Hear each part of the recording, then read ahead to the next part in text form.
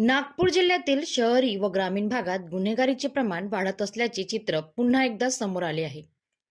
क्षुल्लक कारणावरून थेट जीव घेण्यापर्यंत लोक पोहोचत असल्याने कायदा सुव्यवस्थेचा प्रश्न गंभीर बनला आहे.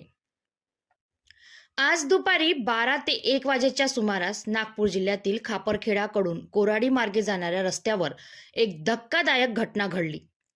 नरखेड येथे राहणारे सागर वानखेडे हे आपल्या दुचाकी क्रमांक MH31D1425 ने खापरखेडा कोराडी मार्गाने जात असताना रस्त्यावरच अचानक 2 आरोपींनी सागर वानखेडे यांच्यावर धारदार चाकूने वार करण्यास सुरुवात केली व हत्या करून तेथून पळून गेले.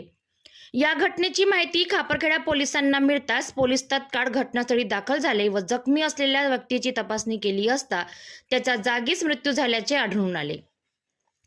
आता मिळालेल्या माहितीनुसार दोन्ही आरोपींनी थेट खापरखेडा पोलीस स्टेशन येथे जाऊन आत्मसमर्पण केले. आरोपींचे नाव राजेश हिराचंद गजभिये व सोनाली राजेश गजभिये दोघेही पती पत्नी असल्याचे समजले आहे. पोलिसांनी दोघांना ताब्यात घेत पुढील तपास सुरू केला आहे.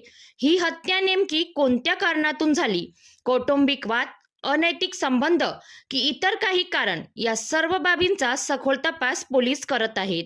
या घटनेमुळे परिसरात भीती आणि संतापाचे वातावरण निर्माण झाले आहे. गेल्या काही महिन्यात नागपूर जिल्ह्यातील शहरी व ग्रामीण भागात वाढत्या हत्या आणि गंभीर गुन्ह्यांमुळे नागरिकांमध्ये असुरक्षिततेची भावना वाढीस लागली आहे.